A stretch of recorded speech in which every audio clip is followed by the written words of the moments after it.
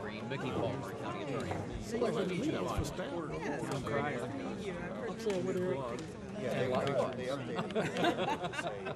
Ed, Sheridan said, "Why didn't you get up and move over here with me?" I know that this one's coming. But you never bring me any. Be Aquinas there? Be Aquinas? I didn't see it. Outside the office sometime. I know some jokes and things. I mean, Kind of unique setup. Stevenson represents. Here that it made me. Oh,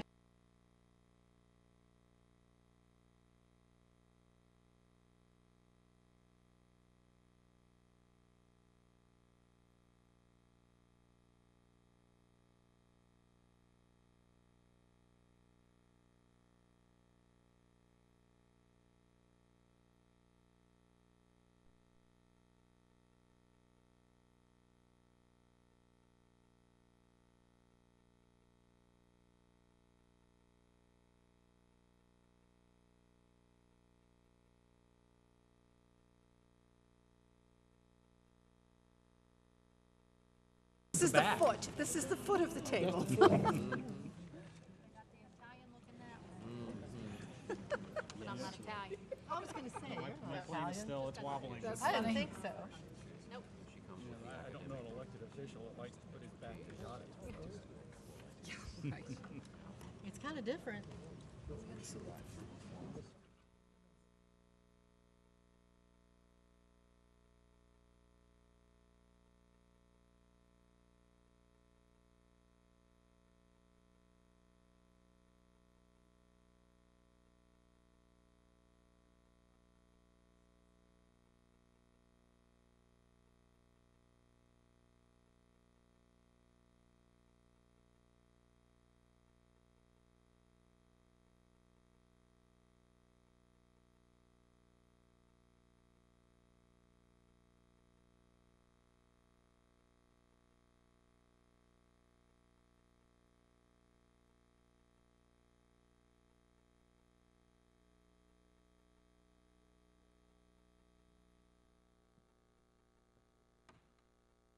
Good afternoon. Welcome to the May 3rd, 2016 joint workshop with the Manatee School Board and the Manatee County Commission. The discussion today will be of the infrastructure sales tax referenda proposals. At this time, I'm going to change things around a little bit. Commissioner Smith, would you please say a prayer for us? Yes. Everyone Could stand, we all please. stand, please? Our Father, which art in heaven, holy be thy name. Thy kingdom come, thy will be done. O Father, build a fence around us in this meeting, Father. Allow us to stand strong with your will, Father. Give us the knowledge and the blessing to do what's right in this meeting, Father God. Through all things, Father, you have stood beside us, Father, and continue to give us wisdom and knowledge, Father. Allow us to be obedient to your word, Father. Touch every living soul here, Father God. If there's any sickness or anything in their body, Father, please heal it right now. And Father, as we continue this meeting, Father, and continue to move forward with what needs to be done, Father, remember every living soul in here, Father, that they are somebody, and that somebody loved them, Father. And Father, as I end this prayer, Father, bless me, Father. Allow me to be a better man, Father God. Allow me to be a better commissioner, Father. If anyone have any animosity in them, Father, allow them to deal with it in a special way, Father. Because through you, all things are possible. In Jesus' name, amen. Amen. Let's do the Pledge of Allegiance. If you'd remain standing, please. I pledge allegiance to the flag of the United States of America and to the republic for which it stands, one nation under God, indivisible, with liberty and justice for all. Thank you.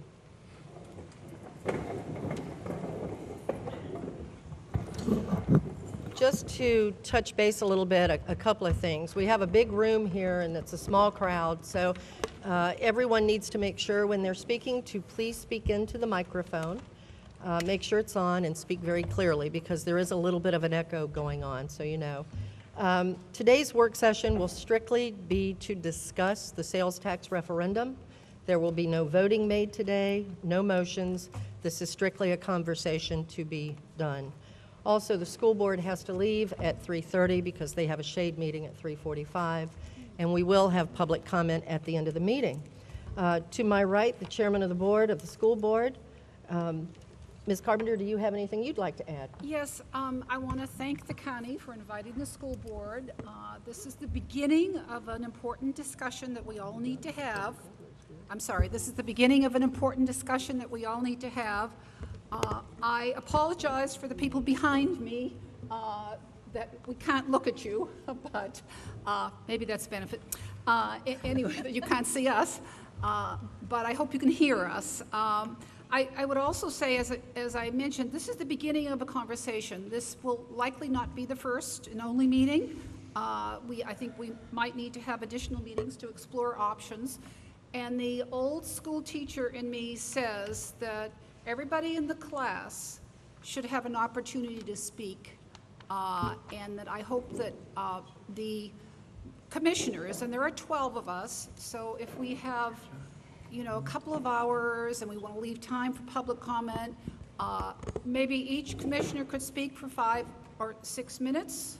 12 means 7 county commissioners and 5 school board members, not 12 on each. But we do want to leave time for public comment. These are topics of great interest and great concern, and I hope that people will continue to let us know what they think. And we're all in this together in terms of the county and the school district, in terms of the well-being of our citizens, whether it's education or roads or housing or economic development. So thank you for inviting us. Thanks for accepting this meeting and being here today. Commissioners, I think the main thing for us to realize today is that we probably will have at least one more meeting after this, and we want to make sure that everyone gets the chance to talk with us, especially the public. So therefore, we know we're down to a 2-hour limit. So if we could all just be, remain cognizant of that, we'll be okay. We'll go ahead and start off the presentation by Matt Caraway, who is the chairman of the Citizens Financial Structure Advisory Board. Mac, I think I have my back to you. There you are.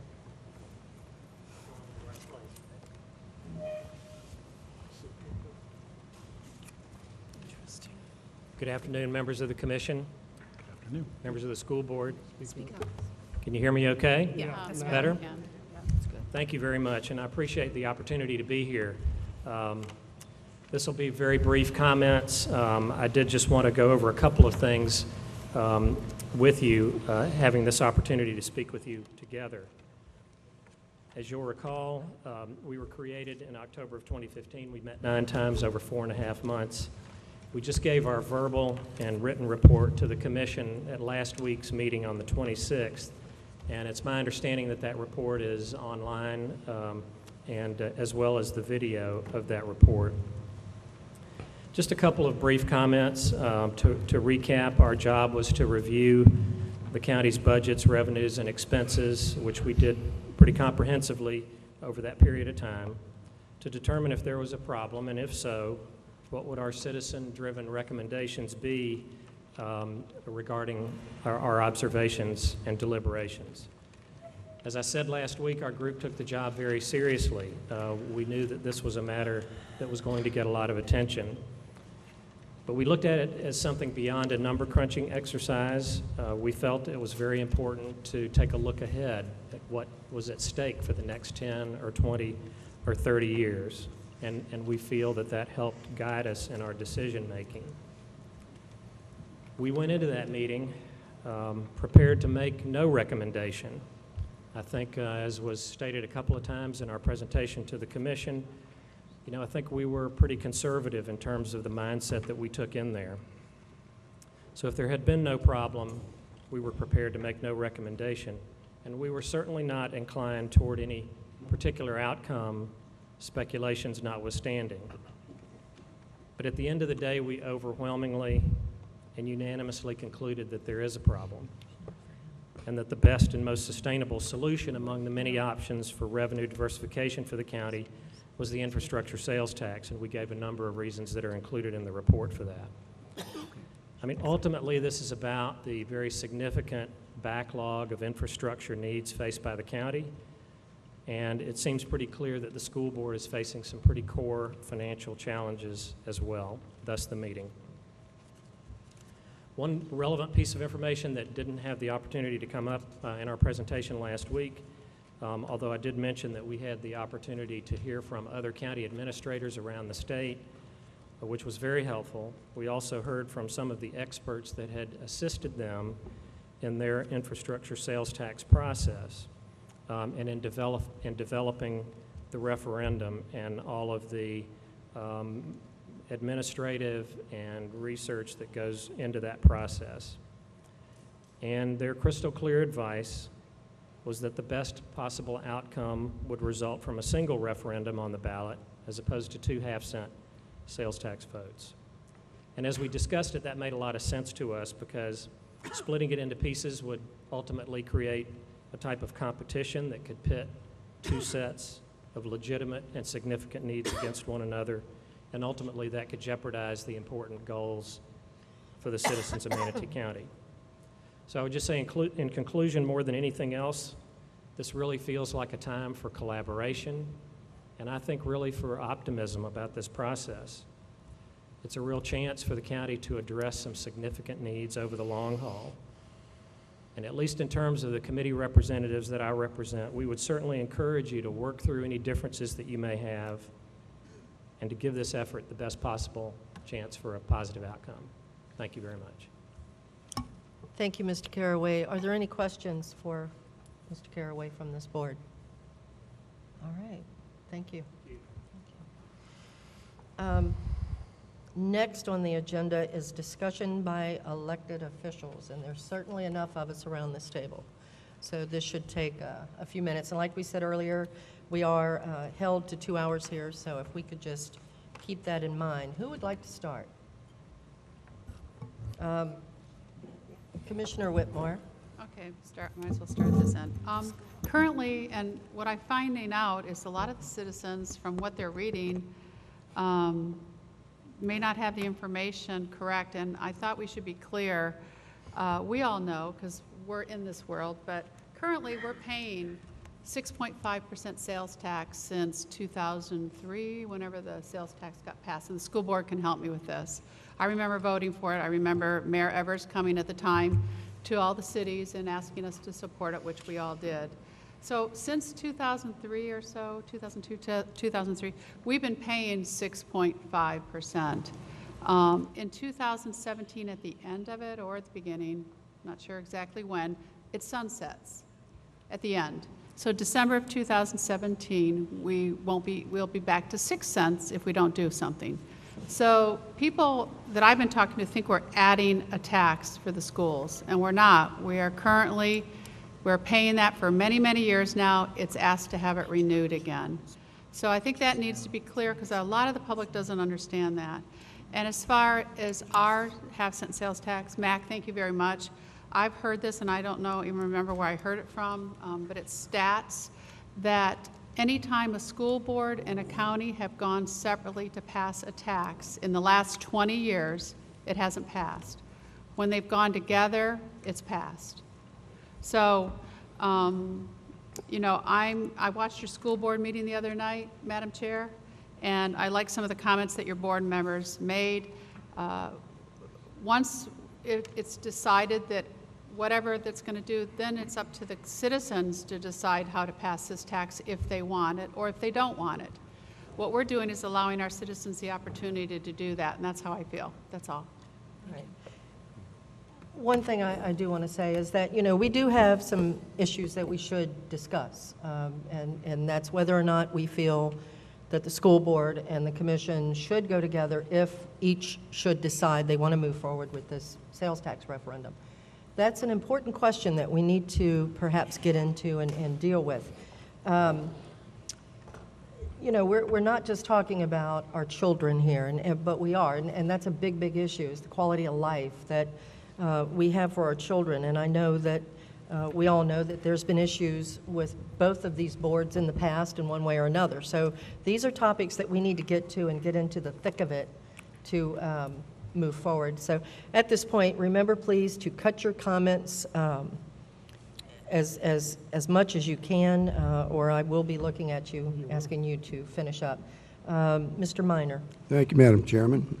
And thank you, Matt Carraway, and your committee for an excellent job on behalf of bettering our community. And thank you, Ms. Whitmer, for your thoughts.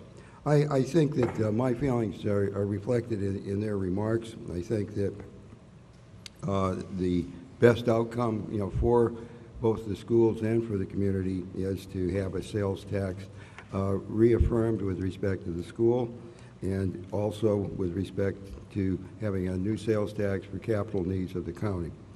I am pledged, you know, to campaign for, you know, both of these. I think that both reflect the needs for making this a better community, and I invite everyone else to do so. I think that there are some concerns about joining. I've heard them expressed from people around this table. I've heard it expressed, you know, to me by others who are not quite so vocal. I've even been told that the way for me to show courage is to come out against the tax because they feel very badly about what is sometimes called the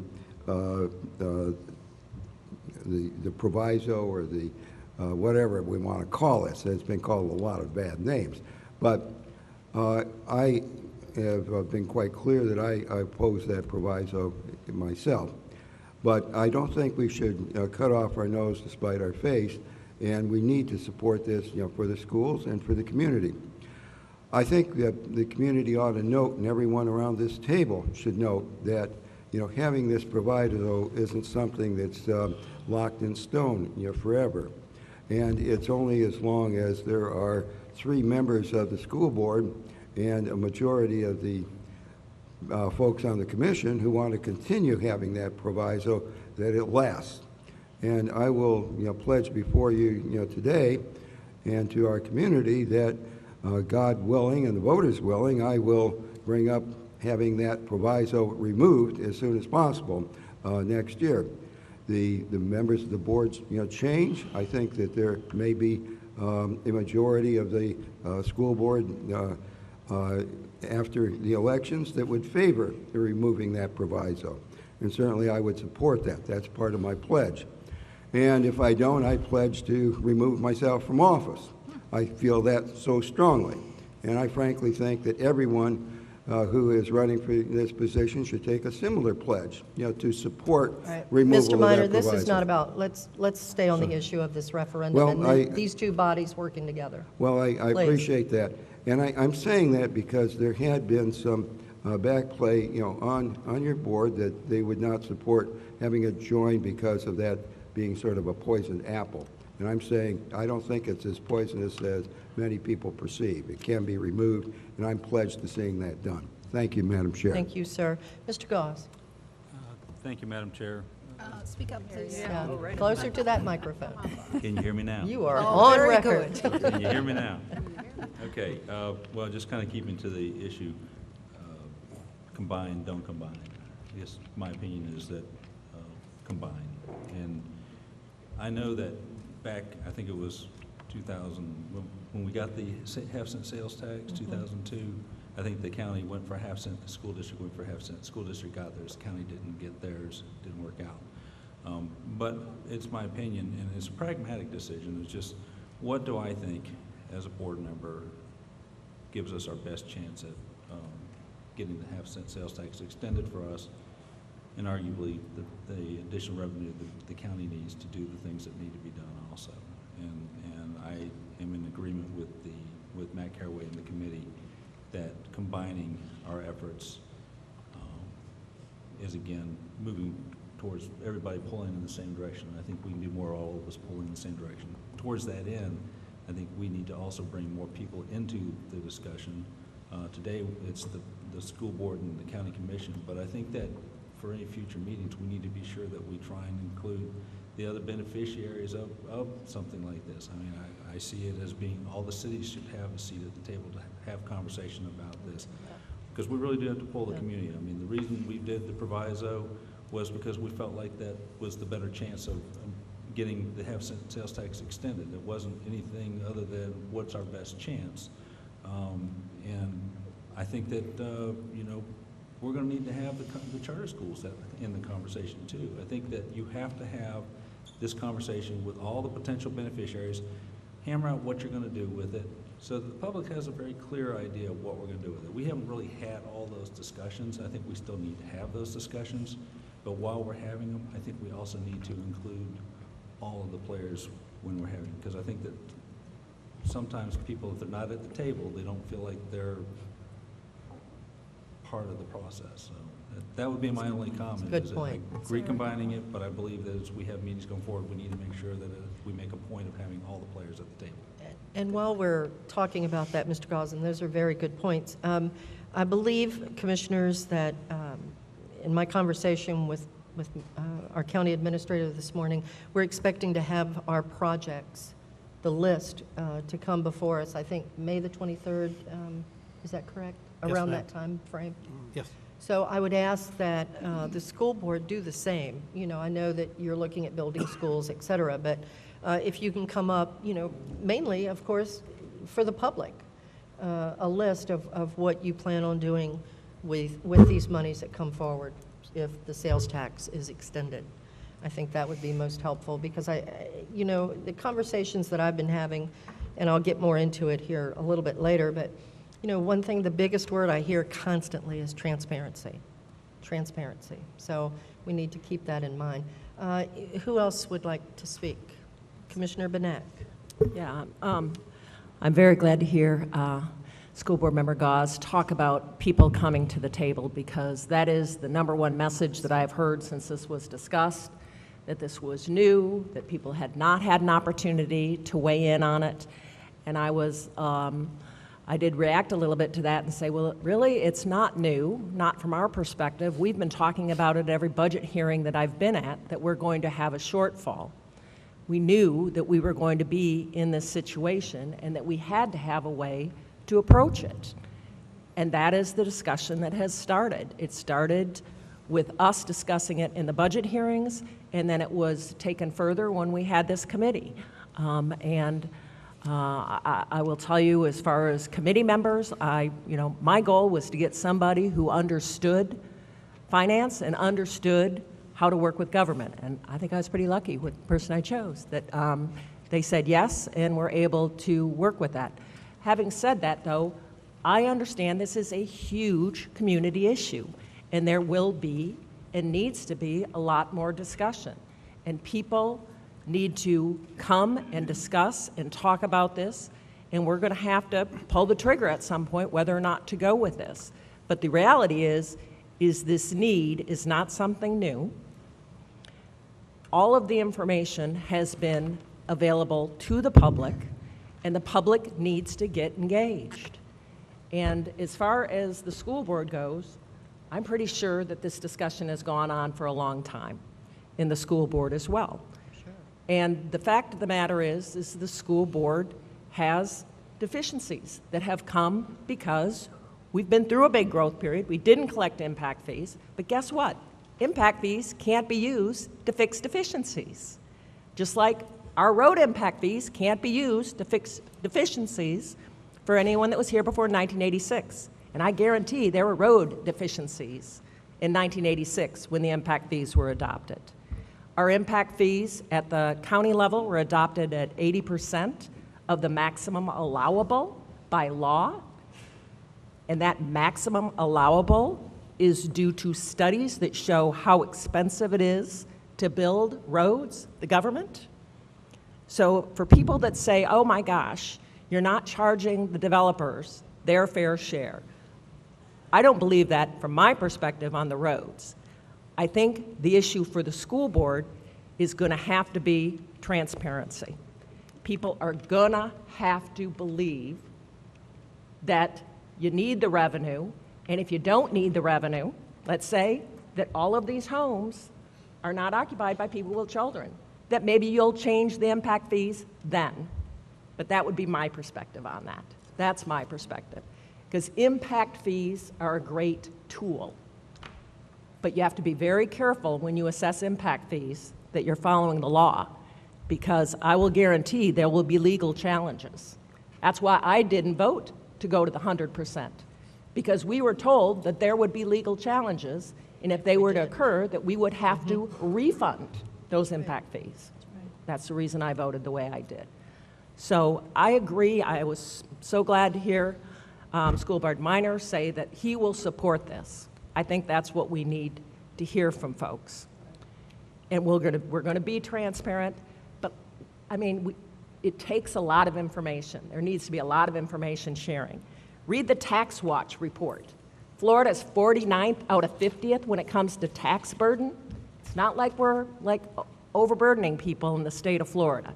But the reality is we have very limited resources, and we need to focus on those.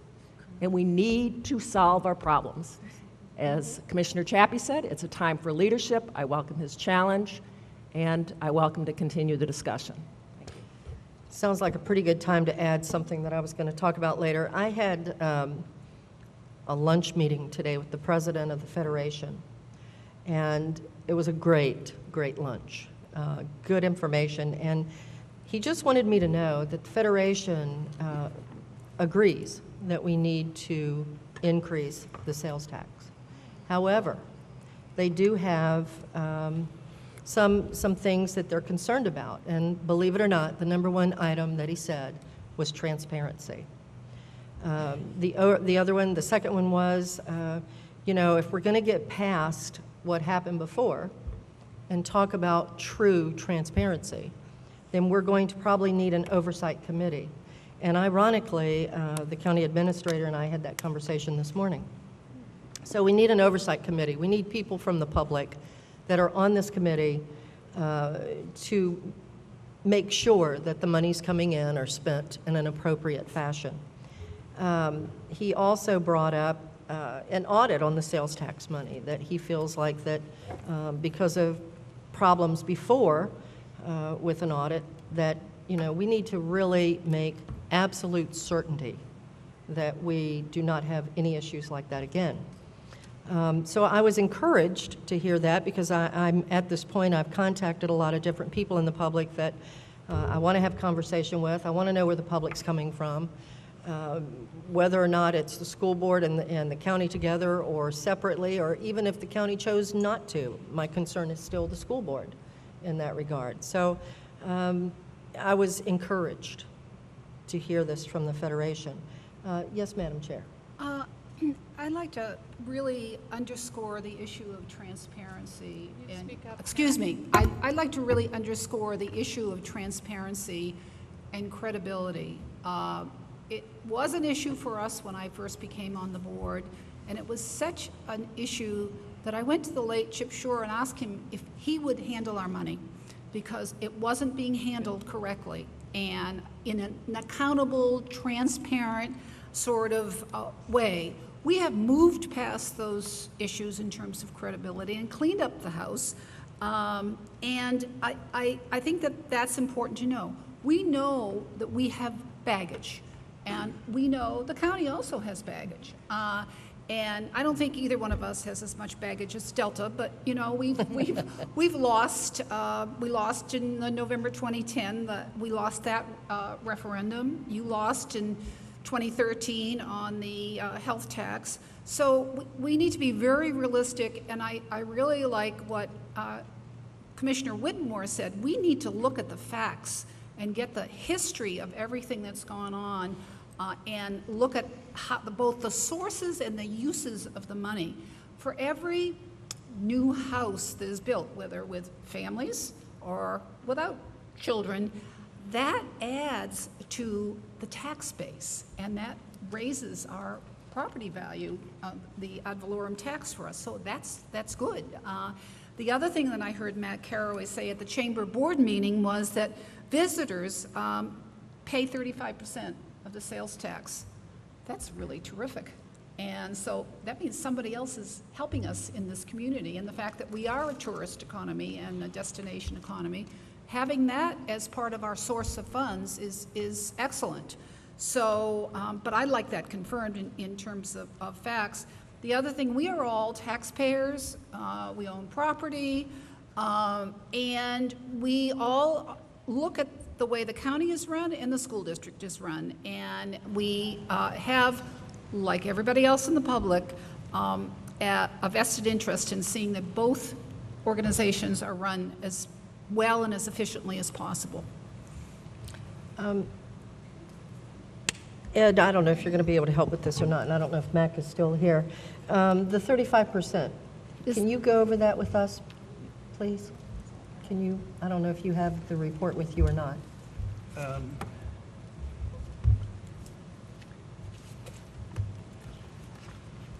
Specific question you had? She was talking about the 35%, and I think it was actually backwards. I'm not sure that that was correct. Well, So I'd I'm like just that trying to make confirmed. sure. I wrote it down during the meeting, and it may not be correct, but those are one of those facts that we need to know. Who's paying that sales tax? Is it the residents, or is it visitors? I think that came from a report done at the state level several years back. Okay. And we have accepted that report. I think it was almost back to 2010, a report came back at the state level about the amount of sales tax paid by tourists and visitors on the west coast of Florida, but I don't remember the specifics. I can get a copy Well, of that. we need to confirm that. Okay. That would be great. Thank you.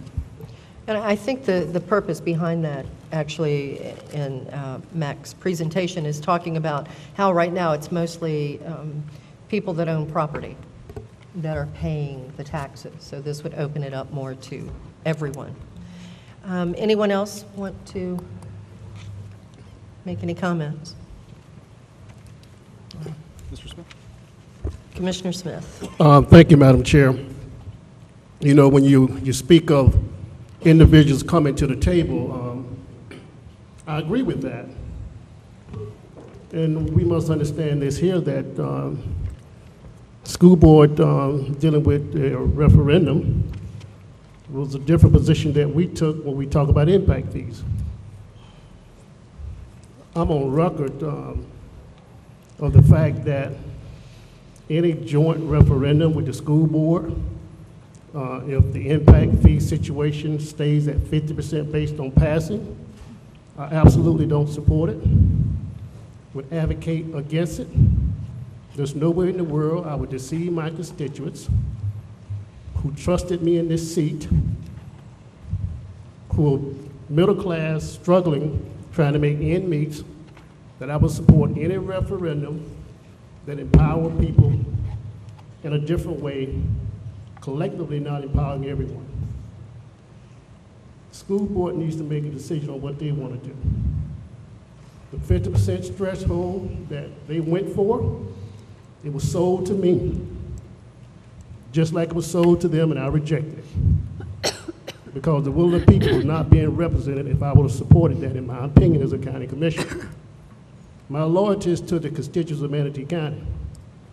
And for me to support the 50% as a county commission when it was offered to me by some of the same individuals was a trust issue and transparency. See, we talk about it all day long. Transparency starts with the 50% threshold.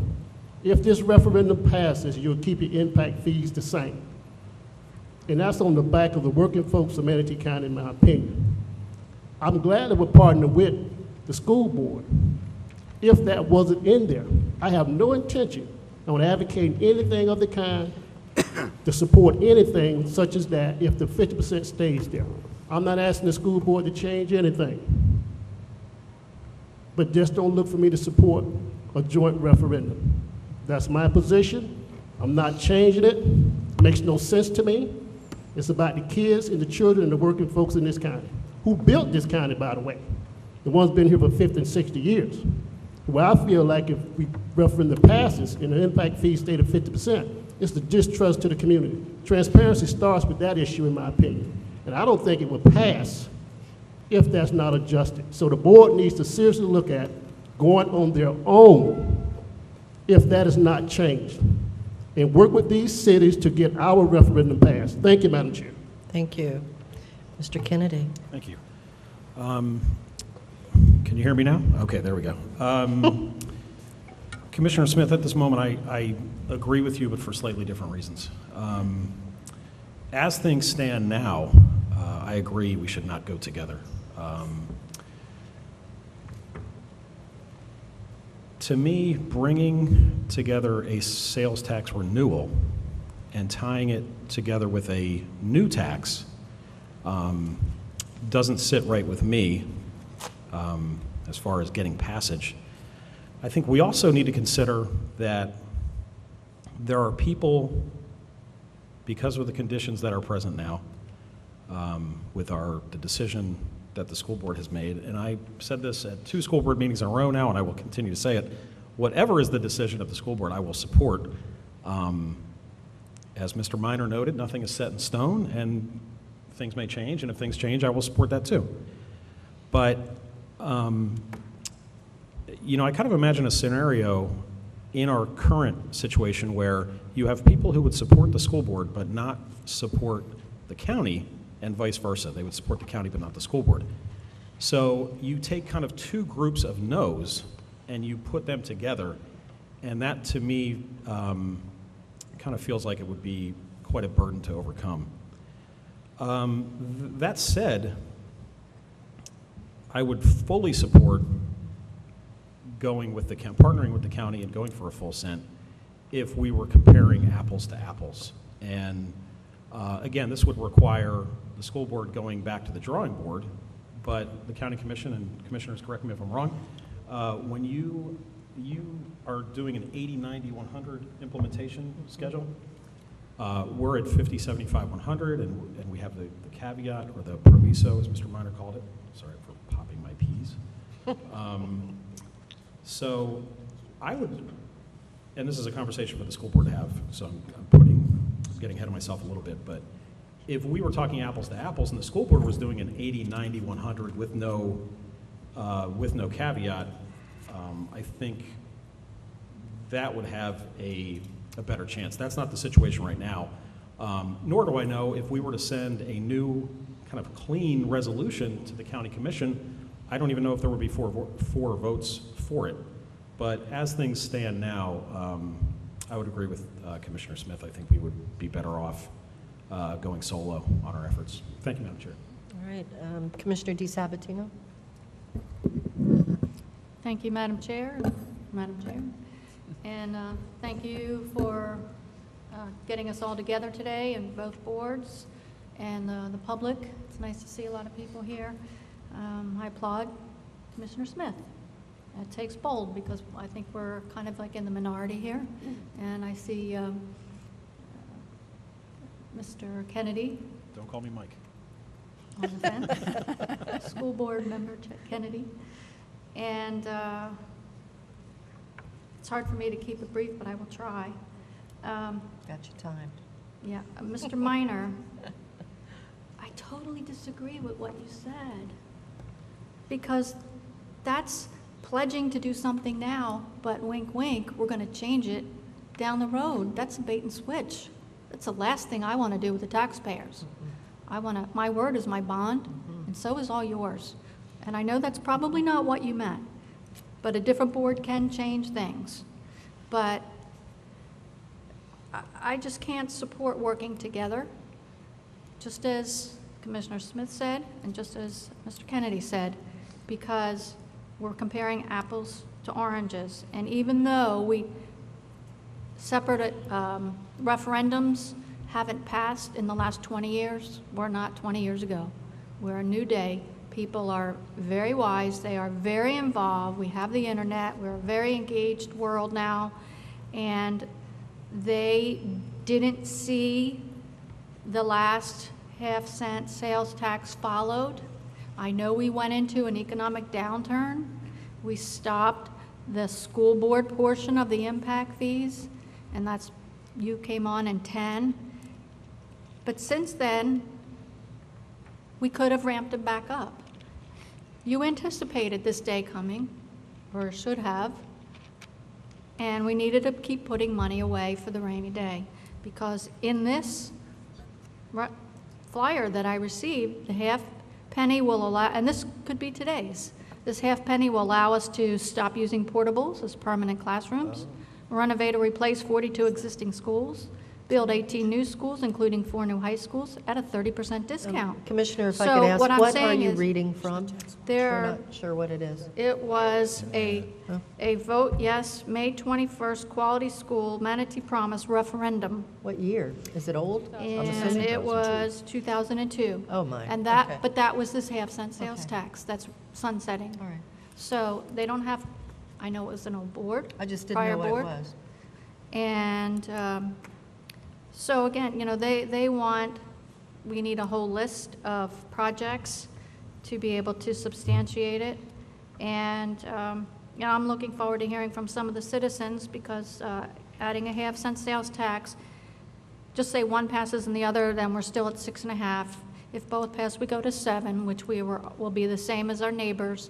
And it's a regressive tax on the least, those that can least afford it. I understand that. But I personally thought that the task force, and I thank them for all their 4.5 months and multiple meetings, putting everything together, but I was really hoping for a list, because we really need a diversified list. We just don't need all our eggs in one basket. And we asked at the last commission meeting, what happens if our half-cent sales tax doesn't pass? What's Plan B? And the administrator said there's no Plan B. So that's what was said. I'm sure there's a Plan B. I'm sure there's a plan out there. But we have a lot of options. And I'll wrap this up by saying that I cannot support going together, because if you give special privilege to those that are buying new houses to only pay half, if this passes, of what the fees are, the difference has to be made up by the rest of the people that aren't buying new houses. You have to make up the money somehow. And if you're leaving 50% of that money, you're taking that off the table, so you're not even putting that back into the coffers. You should be putting all that money back into the coffers, ramping it up, either your 50, 75, 100, or your 80, 90, 100. That's a separate issue, because if you're not putting all that money in there, and you need all these items, then the difference is going to have to be made up from the money coming in from the sales tax. And that money needs to be used for the operating expenses, not the capital. So you're cutting off your capital. Thank you. Thank you. Thank you, Madam Chair. Pull that over so you can hear me now. Would be a second time. All good points. I think that we probably need to get to some decision as to whether we go together or go apart. Maybe that decision can't be made today. Everybody has their opinions for why we should do one versus the other. The impact fees are only for expansion needs to address new capacity. And I can understand Commissioner Smith's comments about his constituents, but I'd like to kind of remind everybody that with the sales tax, and that is the issue. Everybody keeps going back to the impact fees, but the sales tax is the issue.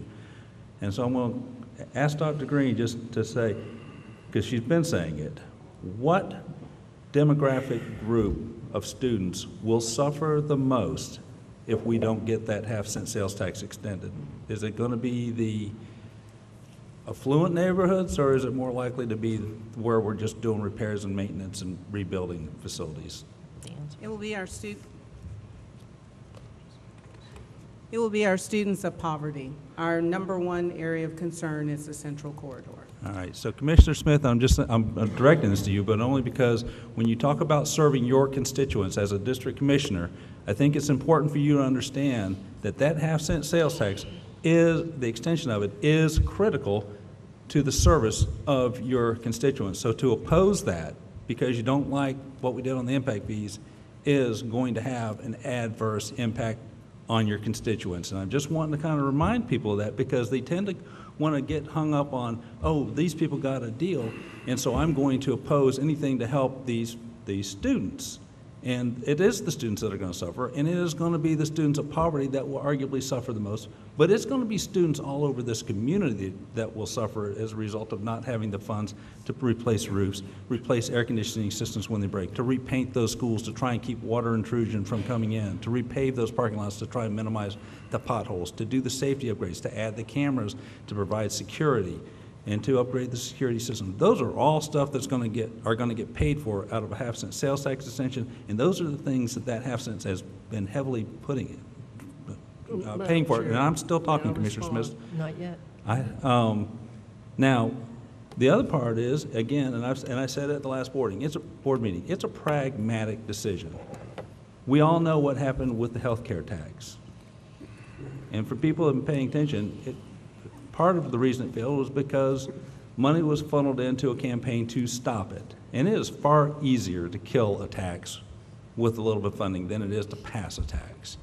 And so when you talk about where do you want the energy going, it can go a lot of different ways. At the end of the day, the decision that I've made, and I think my colleagues made, is what do we think is the best chance to get this half-cent sales tax extended for our students? And Commissioner Chappie, you made the comment, now is the time for leadership. And the problem with leadership is we don't have the crystal ball. None of us know whether this decision was the right decision. You just make the best decision.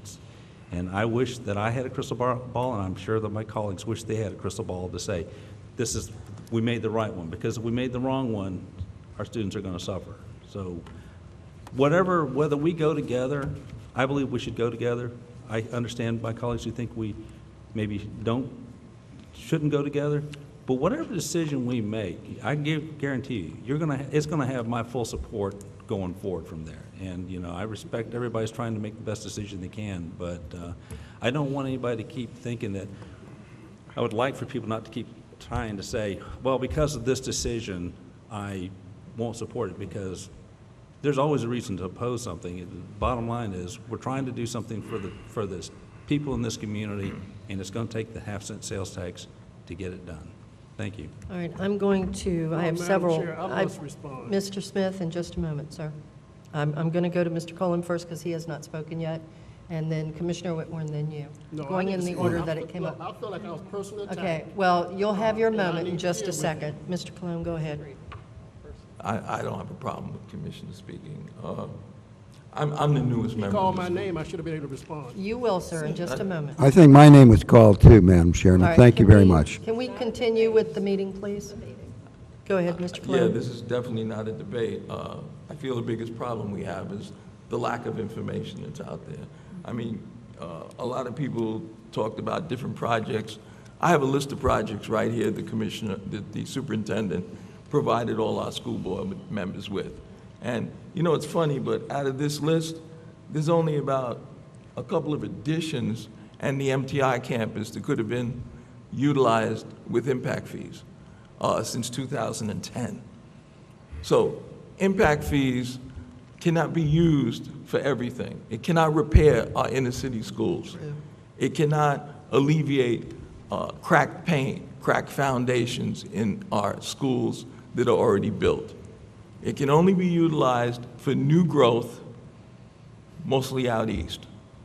And let me just say this, impact fees, since that seems to be what everybody's concentrating on, are a pass-along. The developers don't pay them. They just pass them on to the people Thank you for who are that. building the homes. I bought a home here. Guess what? I didn't pay an impact fee. Why? I bought a dirty little used home, okay? I hope you cleaned it up. Oh, I did. It was in pristine condition. It was only 2 years old. So, but my point being that so everybody doesn't pay them. And something that has not been mentioned here is that every developer doesn't pay impact fees, much as people would think they do. Some of them have credits, and they can utilize these credits against not paying the impact fees because they paid to build the roads and the infrastructure for their development. And that's a good thing because the county didn't have to pay for it. So focusing on the impact fees also, you're looking at the growth that we have now and saying, this is the growth we're going to have going forward for the next 10 years. Not necessarily correct. This is a housing market and an economy. We don't know, as Commissioner Gao said, we don't have crystal balls. I can't tell you what the growth rate for new homes will be next year or the year after or 3 years from now. So don't count your chickens before they hatch. But that's what they're doing. They're saying that, oh, we got to have these impact fees because we didn't collect, what was the number they gave me? Oh, $17 million. Not correct. So there's a lack of information out here. And there's no guarantees that the housing market will continue at its present rate. And remember one other thing. Everybody likes to talk about the children. I like to talk about the children and our staff. Because remember, the school board is the largest employer in the county. And we have a lot of our own citizens who have to work in these schools under these conditions. So we want to make sure that they're working under ideal conditions, not bad, poor conditions. No one wants anybody to get any health problems or have any other issues. We don't want our people slipping and falling, we don't want our children hurt, and we don't want our staff impacted by this. So remember that. And the last thing I'll say is this. There's strength in numbers, and when we move together, we're stronger than when we move separately. Good points. Commissioner Whitmore? And I want to get back to the tax also. Mr. Kennedy, I mean, I watched the meeting the other day, and Mr. Kennedy was in support of the amendment, but when he realized, after he heard all the information, he supported keeping it the same. So I appreciate everybody, actually Mr. Minor did too, I think all of you did. So once you realize that you're going to keep the, whatever, you know, the action that you did after you debated, you actually all came together cohesively, and thanks, Mr. Colon, because you're absolutely right. Do we have a shortage of schools for the future in Manatee County? Does anybody disagree with that? Okay, we have a shortage. Is it a fact, whether you believe it or not, that in the last 20 years, when a sales tax for a county and a school board have gone together, they failed? That's a fact. No matter how long ago it was, that's a fact. Does Manatee County currently have infrastructure needs that can't be paid for by impact fees? Yes. The only way, our Plan B that we asked, there is no plan, yeah, there is a Plan B. We raise our property taxes. And the school board, as much as I hated it over the years when you all used to raise your taxes, that may be a way that you have to do it, which I'd rather everybody pay for it than just us property owners. I've heard from many public that they're so upset, and this is the time for us to discuss, that they're so upset about what happened at the school that they aren't going to support this. Continuing your tax, not a new one, just continuing it in 18. So if you really care about the kids and you care about us speaking together, you know, it's up to the citizens to decide. And I heard you speak openly at your meeting that you've talked to the business community, and whatever deal that you had done with the impact fees, that they would help you get behind to get your tax renewed again. And bravo for you guys saying that publicly. Once this is decided by us to take to the voters, we're out of it, and then everybody else does their thing. Whatever happens, we all live by it. The Plan B is to raise property taxes and school taxes. That's their Plan B. And for others to think that we can't, we haven't raised our taxes in the county since 2006. And I remember the school board raising their taxes, and I was very upset, and the fire and everybody else. But we kept ours. We can't do it anymore. We have to raise property taxes if we don't have this option. And I think we all need to all realize this. And you're right, Mr. Colon. Come together as one voice versus fragmented. It'll never happen. And again, that's up to the citizens on what happens. I think what you just said there was absolutely, it's up to the citizens. Yep. Commissioner Smith? Thank you, Madam Just Chair. be nice. You know, I resent and take offense to my colleague Gall's statement, insinuating the fact that I represent poor children or individuals that are going to be hurt if I don't support the 50% threshold. My district is the majority white. I have millionaires in District 2. $500,000 homes in District 2 who've spoke to me and said they do not support the 50% what the school board is doing. Riverview Boulevard, I represent part of that. I represent 1% just like you do. So to insinuate that because I don't support the 50%, that I'm missing the ball game, no, I'm not. I'm just not in the pocket of developers. Plain and simple. I support development, but I'm gonna do what's right. And I think it's not smart for you to sit here and point a finger, and I'm hurting the same people that I'm trying to help because I don't support the 50%. I have a right not to support the 50%. And I think it's disrespectful for you to insinuate poor and disadvantaged as if I'm hurting them. No, I'm standing up for them. I'm fighting for them. And everyone in here has their own opinion. But how dare you sit here and try to insinuate that my constituents, because I speak up for them, are going to be the same ones hurt because I'm fighting against the 50%. Okay, Commissioner, let's move forward. Commissioner Benek. We have to be careful with the rhetoric. We have to work together so that people do know that our job is to represent the people. And so we've got to figure out what is going to be the best for all of our people. And I can say that pretty easily since I'm an at-large commissioner.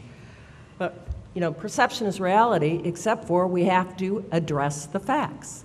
I heard Commissioner DiSabatino said we need to spend the sales tax on operating. Not allowed.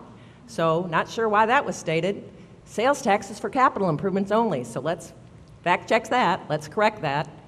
Nope, no operating. Now maybe there needs to be operating money, but that's a different revenue source. It's not this capital tax we're talking about today, so let's not get that wrong. The other thing that I heard is that since 2002, there's a list of projects and none of them were built. I don't know, is that true? Were none of them built? This is news to me that there was a list put in 2002 and promises made and none of them were carried out. Don't know that. I need fact checking on that. That there's no plan B. Really, no plan B? No, plan B is we either cut services or we raise another revenue source. It's that simple. It's the message that we hear every single budget presentation. Where are we going to cut services? Which services are we going to cut when it comes to the county? We know we can cut library hours back more. We can cut back more on maintenance. What will happen if we don't have money for maintenance and we have to cut back more on that? We can lay off more staff. We laid off 300. We didn't replace them through the growth years. What will happen if we have less staff? Lower level of service. It's all possible. All options are on the table, and we do need to hear from our constituents what they want to do. But it isn't magic. This is reality. We have to put numbers to paper, and if we don't have the revenue sources, we also know that we've paid for this 2 years, health care. We've paid around $6 million. Let's compare that to our neighbors. $60 million in Hillsborough County. Maybe more. 117. Oh, 117, sorry. Just a little error. Maybe it's, I don't know what it is in Sarasota, 60 million. I mean, people think this is about health care. It's not, but the reality is the health care was paid for by this little bit of revenue that we had left over from our budget stabilization fund. Goes away in 2 years. I'm, as a conservative Republican, thrilled that we don't fill a huge hole when it comes to health care. But it's cobbling a lot together, going on, working together to be able to keep this system going. You know, I don't think people in Manatee County, as my dad used to say, look at the donut enough and not the whole. You know, it's incredible what we're able to accomplish with the small resources that we have. I also find it amazing that in 2006, at the very height of property tax revenues, the commission at that time decided to raise the millage rate. Wow. I can't even imagine the money they were swimming in. We've had a downfall in that property tax collection because of Save Our Homes, because of all of the other adjustments that people get. You know, if you've been living here, you don't pay a huge increase in taxes. You paid 0.8% because of Save Our Homes. So we, again, rhetoric is one thing. Let's try to work with facts so that we can make this message as clear as we can. That's the only chance we're going to have to try to work through these issues. I will acknowledge that my husband taught for 35 years in Sarasota, where they got paid a whole lot better than they do in Manatee. I'll say that. But I do think that we need to focus on our school improvement to improve our community, and I'm willing to do that. Thank you, Commissioner. Commissioners, it is 2:30, so we only have one more hour of this. So I've got 3 commissioners on the board, and at the end of that time, I'd like to go to public comment, please. So, Mr. Minor, if you can add and get it done quickly, I would appreciate it, sir. I'll do my very best. You will. Thank you. You betcha. I've heard earlier a comment by Commissioner Whitmore suggesting that the school board could just raise property taxes basically at its will. We don't have on the school board the flexibility that the county commission does in adjusting the ad valorem taxes. We're dictated to by Tallahassee as far as our required local effort. Basically, we obtain and assess the maximum right now. We don't have the flexibility that the county commission.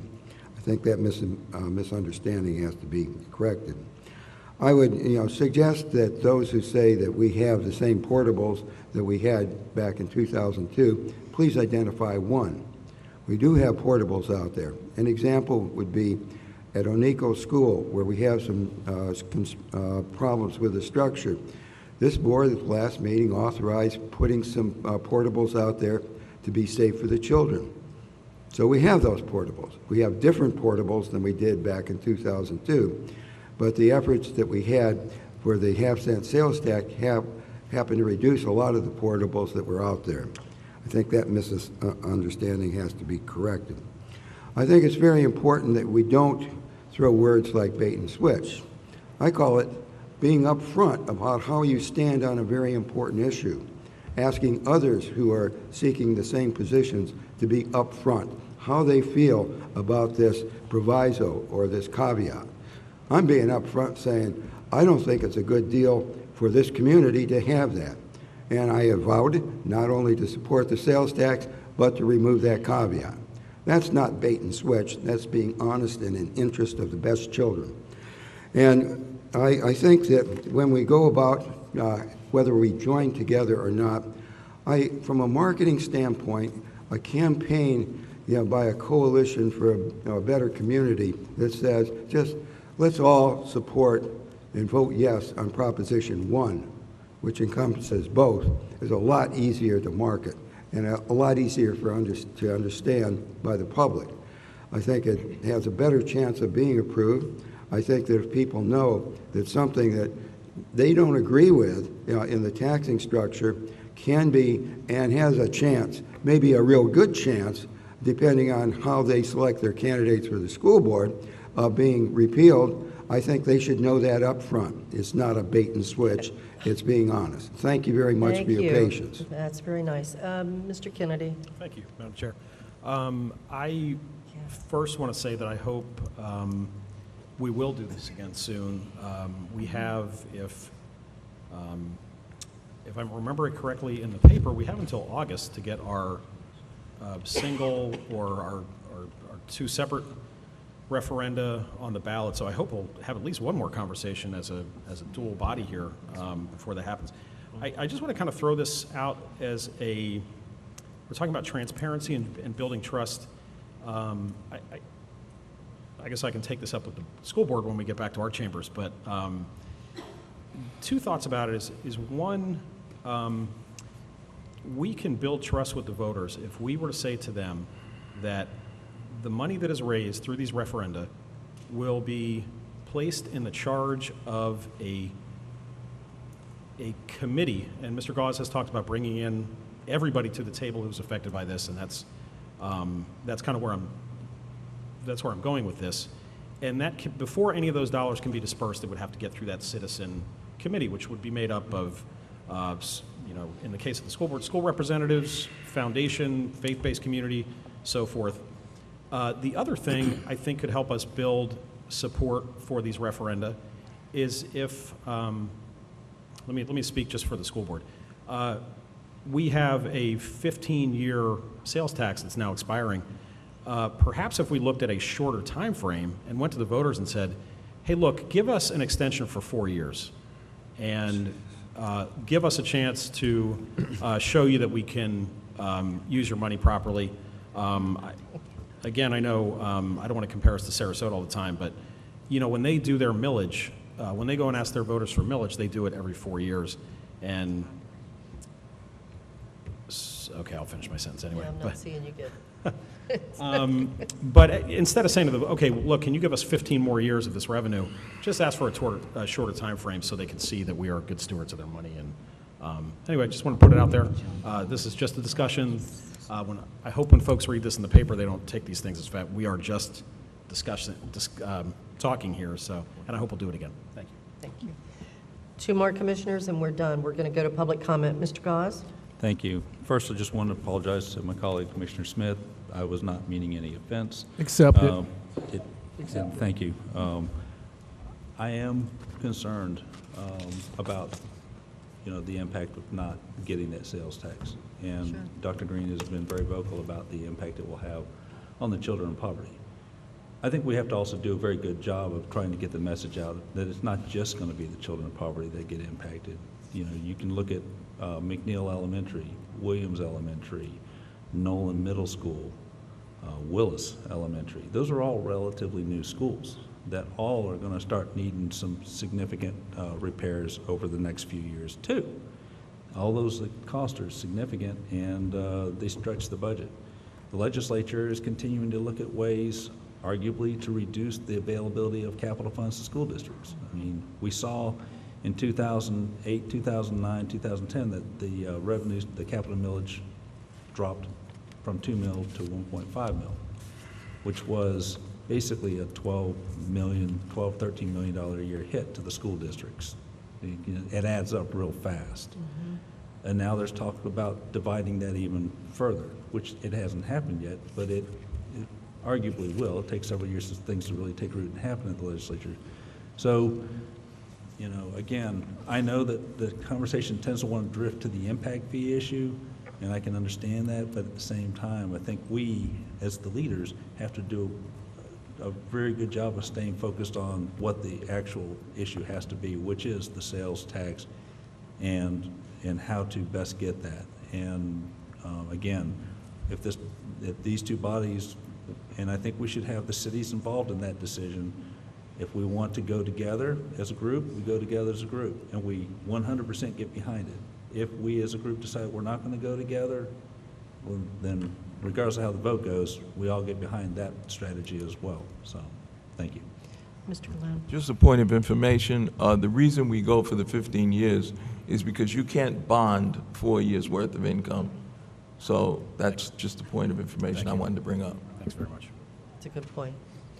All right, we've had a lot of good discussion, good input. At this point, we'll go ahead and go to public comment, and then we'll have a closing after that. If there's anyone from the public that would like to come forward, we don't have any cards that we've worked with today.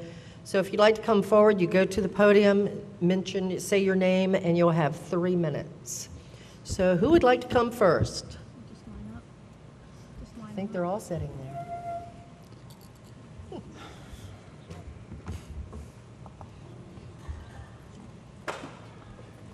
What's your name? Okay. It's right over there.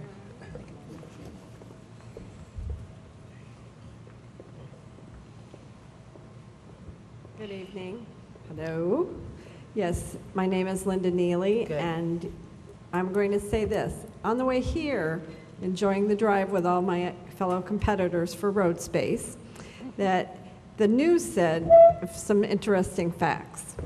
That small business just recently was polled, and they no longer are so confident in our economy and their ability to grow their business.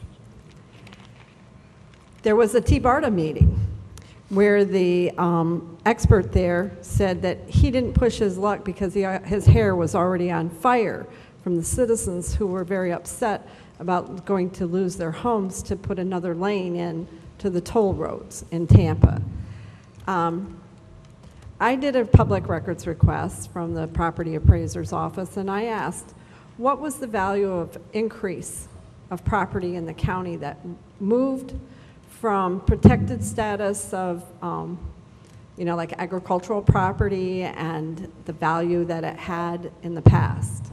In 2011, that figure was $370 million. It went up in 2012, it went up in 2013, and it went up in 2014, and it went up in 2015. 2015, property moved up $800 million that our commission and our school board have never recognized that they got ad valorem taxes off of those increased values. It's like it didn't exist as far as I can ever tell from any meeting that I was at. Yes, you can ask Scott Tusing. You can call him and get those figures from him so that it's not just my say on it.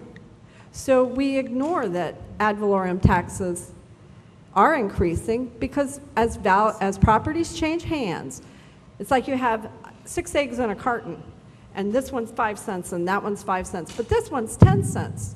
You say, how come that one's 10 cents? It's because that egg sold today for 10 cents. So that property sold today for a new figure, and those values go up, which means your tax base is going up. So you did collect. The figure he gave me was 1.7% on the dollar. Forget the millage. It's 1.7%. You all do the math on $800 million for just 2015. So I know you think you have a spending problem, but I mean a collection problem. I still think it's spending.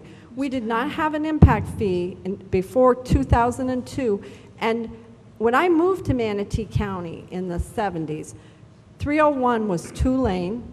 There was nothing between Bradenton and Sarasota except for a drive-in movie, the little bar, and a gas station. So I think I think that the tax is wrong. Thank you. Thank you, Ms. Neely. Who would like to come next? Mr. Nelson. Can we comment on the state? Not until the end. If you don't mind. Commissioners of both boards, I'm Norm Nelson, active citizen. Just an observation. It's rather amazing here as a citizens, you all 12 represent the same group of people, but you have a hell of a lot of different ideas. Let me just give you a point of the purpose of your meeting, whether or not to have a joint effort or not. Well, let me tell you, I think you ought to have a joint effort. And the reason being is you should thank the board of school board that took the time to give you a caveat on their impact fees. Because they wanted the cooperation, and this was in writing because it was emailed by the chairman to me, that wanted the support of 2 of the largest builders. That's why we did the 50% caveat. So they're going to give their support. Now, whatever that support is, it must be going to be terrific. I don't know if it's ever spelled out by anybody, but if you look at the lost revenue from that sales tax caveat, it's about $6.6 million a year. And if you put in the 15 years, that's $89.1 million that you're depriving the schools from. 89.1 million. Now, I don't know what kind of support these 2 developers are going to give you, but I would join the bandwagon because it must be gold-plated. It must be gold-plated. One of the things, my last planning comment, because I attend all the school board meetings, is I wouldn't trust any one of the 5 words said by anyone because they steal money from children. Thank you. Okay, that's a little much. Next. Before we move to the next speaker, Mr. County Administrator, would you like to say a few words on property revenues? Yes, as it relates to the assertion that we didn't recognize the property tax increase generated by the transfer of property from ag to new development, we in fact did. As you recall, it was stated earlier that homesteaded property values could not go up this year by more than 0.8%. And yet, this year, we had an 8.3% growth in the overall tax base. That is recognizing the value of the property that was transferred from, if you will, ag to new development. And so that one might argue that new development is the one that's creating the tax base, not current homeowners. And it's that new development that is subsidizing the operating budgets of the local governments, because new developments have the benefit of Save Our Homes, the increase in the homestead exemption from $25,000 to $50,000, the benefit of portability of the homestead exemption. All of those are restricting local government's ability to generate revenue from property taxes, especially from homeowners, existing homeowners. So the growth in the property tax base is actually coming from the new growth side of the community and the commercial side. And we do recognize the benefit of that, and that is what generated the 8.3% growth in the overall tax base. I might add that next year, that 0.8 goes down to 0.7. So our revenue to be generated from existing property owners with homestead property will go down, and our ability to fund the operating budgets will be even stressed, even more than it is today. Yes, sir, go ahead. Your name, please. My name is Stuart Smith, and I'm here to talk about some of the same things you've talked about today: transparency, leadership, but also fairness. When the school board proposal came to you, commissioners, you had a lot of misgivings about it, but you decided not to interfere with what they wanted to do. Well, now you have skin in the game, so here we are, and you still have another opportunity to lead. But I think the best way for you to lead is to deliver the message expressed most eloquently by Commissioner Smith, which is that if the school board doesn't change what it wants to do with impact fees, the county should go it alone on its referendum and not let the school board drag the county referendum down. Look, people are willing to pay for better schools and better infrastructure, but only if they think that everybody's in it together and everybody's paying their fair share. And as far as impact fees go, Tischler Bice told you both what that fair share was. But they're not going to do it if taking up their fair share means some of the richest men in town get their obligation cut in half. So be transparent, uncouple the quid pro quo, because if you don't, combining the school tax referendum with the county referendum will kill both, because it's a poison pill, this notion of giving the developers half off on their impact fees. I'd like to know what the school board is worried about. Are they afraid that developers will undermine their efforts if they don't get a fee break? If they gave you that impression, they should be ashamed. But I hope they're not so short-sighted. They should be proud instead to pay their fair share, to create a good community with good schools and good infrastructure that'll get better as the years go by.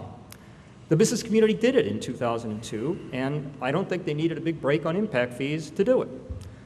They should do it again today with the same enlightened self-interest. A straightforward school board tax should be an easy sell. People are paying it already. Just keep going. You shouldn't need a quid pro quo to get it done.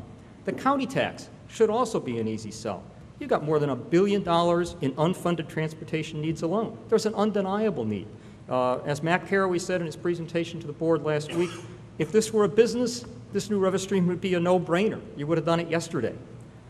In fact, if Mr. Caraway and his financial advisory board members are looking for something to do now that they're out of work, forming a committee like the business community did 14 years ago to sell both these taxes would be a great place to start. But first, you must get rid of the poison pill. You're hoping people will not vote to cut off their nose to spite their face. But if they think you're playing favorites, they will cut off their nose to spite your face. You should not give them the opportunity to do so. Thank you.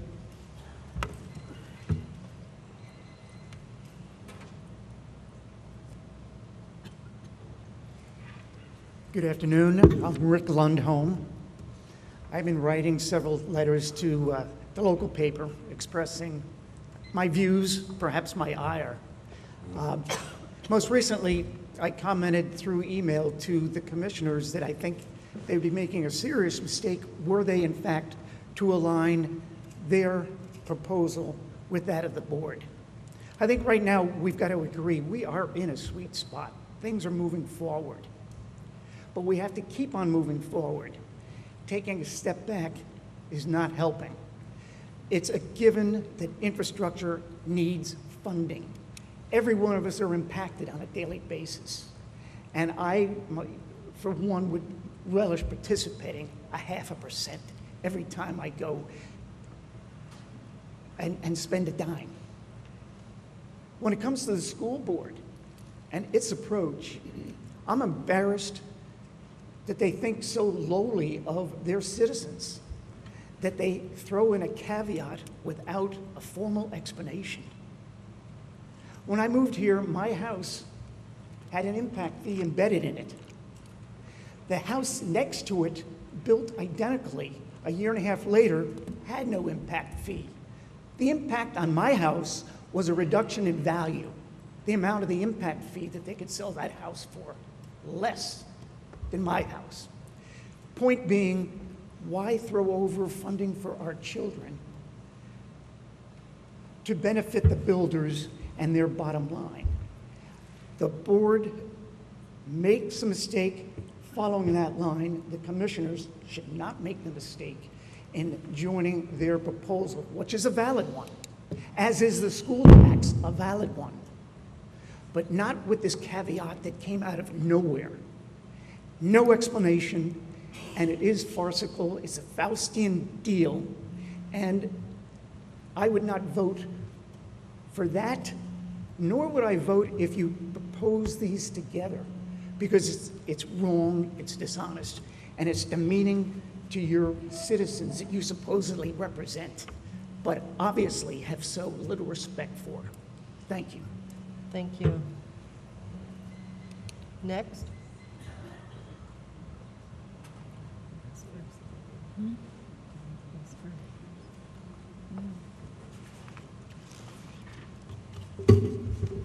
My name is Linda Scheich, and I'm here to tell you that the school district did not keep one single one of their promises that they made to the taxpayers in 2002 in order to get that sales tax passed. And I could speak with some authority because I worked on the sales tax committee that put out the report. The first thing they promised was that they were going to eliminate portables used as classrooms. Out of 158 portables, they eliminated 2. And just this past month, they've added another 4. So we're ahead on the portables. Second promise they made was they were going to build 18 new schools and 4 new high schools. We got 16 new schools. We got 2 high schools. The third promise was that they were not going to take on any new debt. In that 10 years, they tripled the debt. They burdened the district with a huge amount of debt by borrowing against the sales tax monies, and this is just what they're planning. That's why they don't want the impact fees. They can't borrow against them. They want the sales tax so they can keep borrowing. Right now, our interest, our payments on debt is about $38 million per year. Our sales tax income is $30 million. So for the past 5 or 6 years, you've had no benefit from that sales tax because you're paying off debt that they promised not to take on.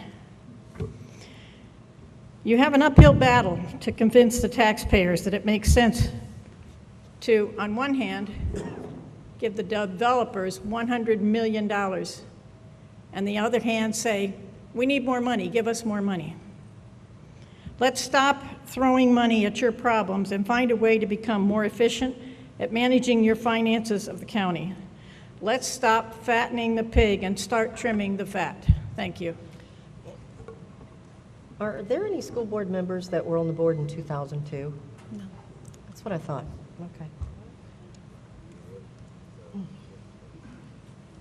Okay. My name is Ed Goff. I am a resident and taxpayer and voter in Manatee County. And to follow up on the last speaker, I have a copy of what is called the Promise. It is a 3-page document that was put out by Quality Schools and this is called the Manatee Promise. And if you want to see it, if you would like to get your own copy of this, it's available online at ourmanatee.com. It's our, O-U-R, no space, manatee.com, along with a lot of other information. I have asked many times why we are not paying 100% impact fees. We paid $222,000 for the county and the school impact fees combined. We paid Tischler Weiss very well.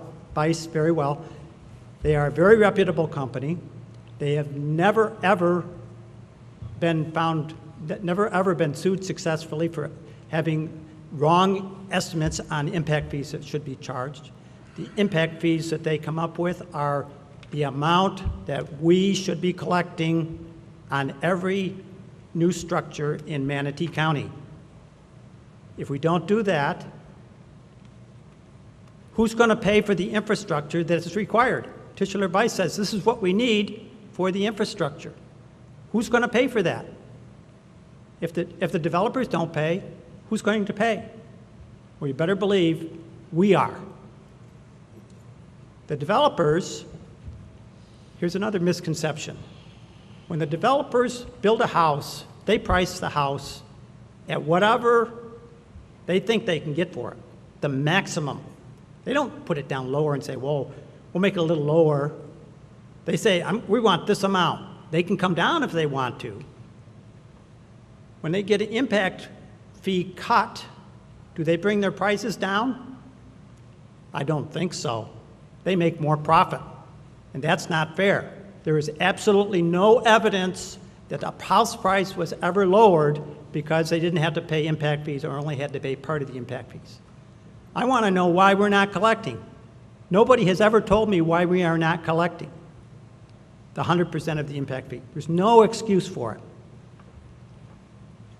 We all want great schools, and we want a great county with great amenities. We don't want traffic. We want another bridge over the river. We want everything to be as good as it can be, but when we're giving away hundreds of millions of dollars, how can you ask for more money? It's not fair. There is a trust problem. Good place to end. Thank you, Mr. Thank you. Goff. Thank you. Next.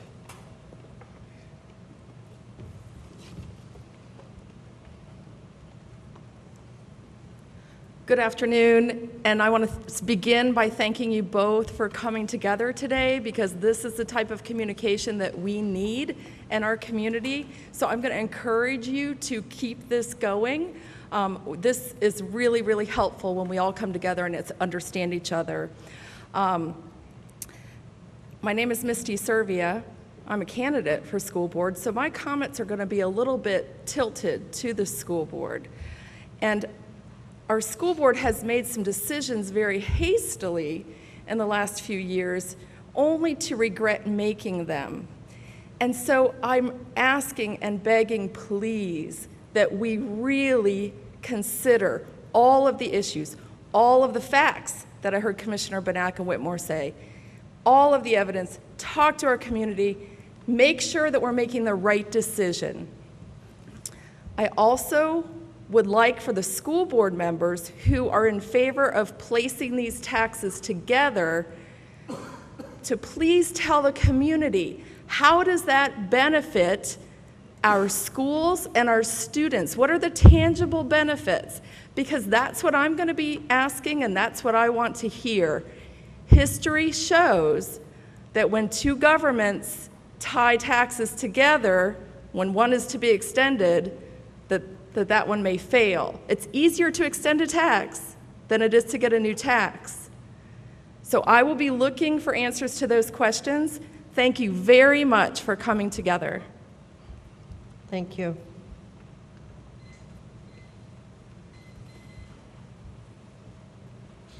Good afternoon. My name is Philip Brown. I'm the president of Your United Way of Manatee County. I actually wrote things down for the first time. On behalf of the community, I commend you for not only having this joint meeting, but hopefully for choosing to go it together on behalf of a shared 1-cent sales tax referendum this November during the presidential election, when we will probably have increased voter turnout.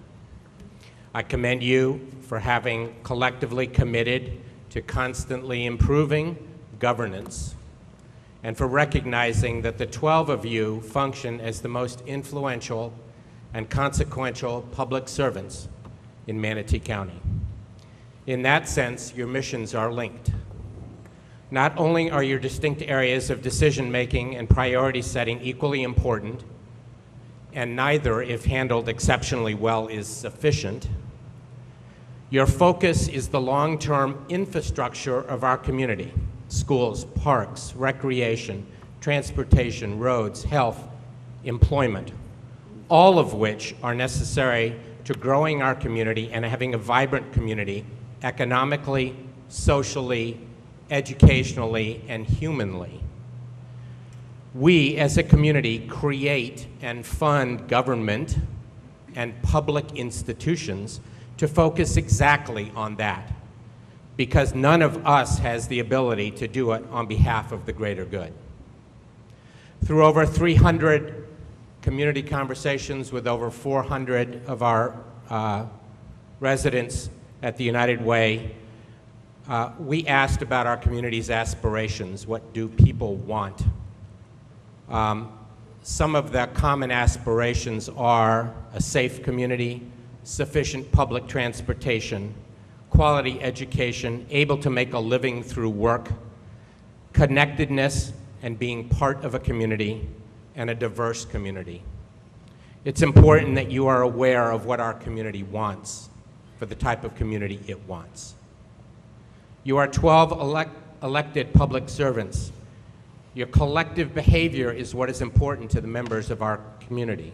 The management and employees of our two largest public institutions, county government and the school district, many of whose individuals I know, behave in ways that let our residents know that they are committed to the common good of Manatee County.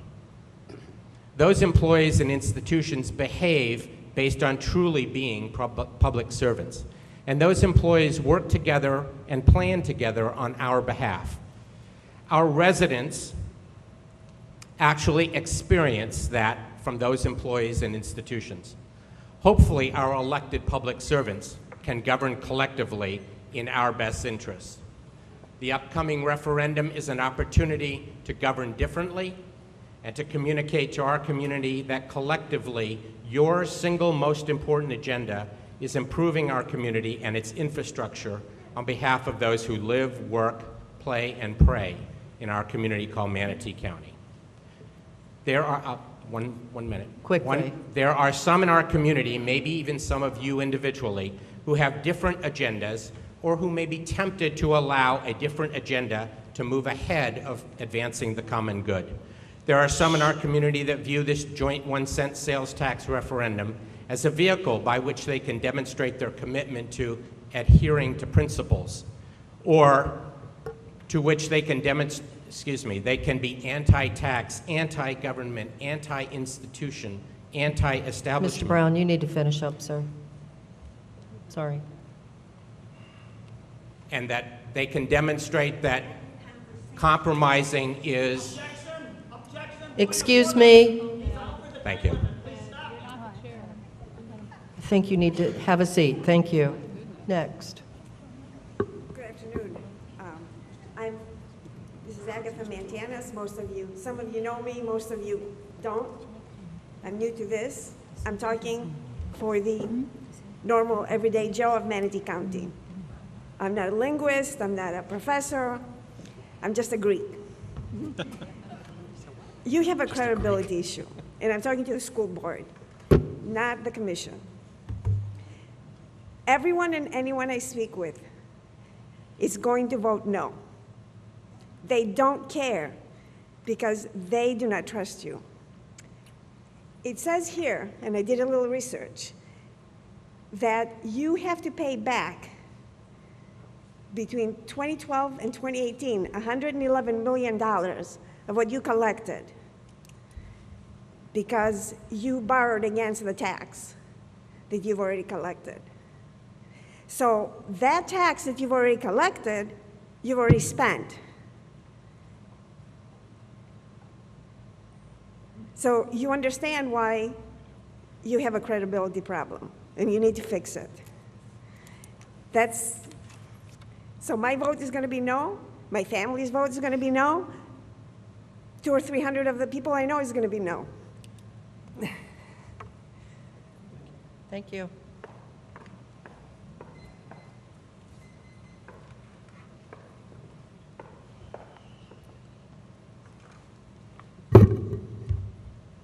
Catherine Edwards.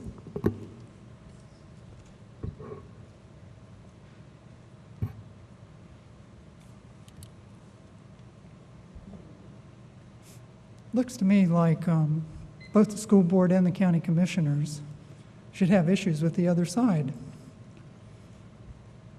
The school board should be concerned about the county's ability to cover operating expenses, which this infrastructure sales tax isn't going to cover. The county should be concerned about the detritus the school board's dealing with after the battle between Superintendent Mills and Sheriff Brad Stubbe. All of these issues are going to serve to defeat this tax proposal, unless both the school board and the county commissioners can show that with the passage of this infrastructure sales tax and the school board tax, that efficiencies will be developed within the government and within the school board that effectively reduces their overall budget.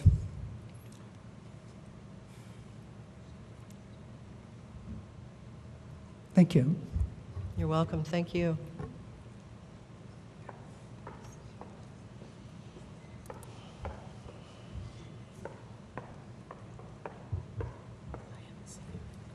Good afternoon. My name is Susanna Young. I'm a Manatee County citizen and happy taxpayer, actually. I have to speak in general terms. There's people here who've really done their homework, and I see a lot of the same citizens coming to make sure that the right thing is done. And I think the right things are done on both sides. However, I think there needs to be sometimes more partnership between citizens and our elected officials. I also bought a dirty little house here 23 years ago. And is this on? Yes. No. Anyway, and it's taken 23 years. I didn't pay impact fees, but there was no infrastructure. But after 23 years, things are starting to happen, which I'm happy about. I've heard today that, and I've read through the years, the school board, the commissioners are all faced with challenges.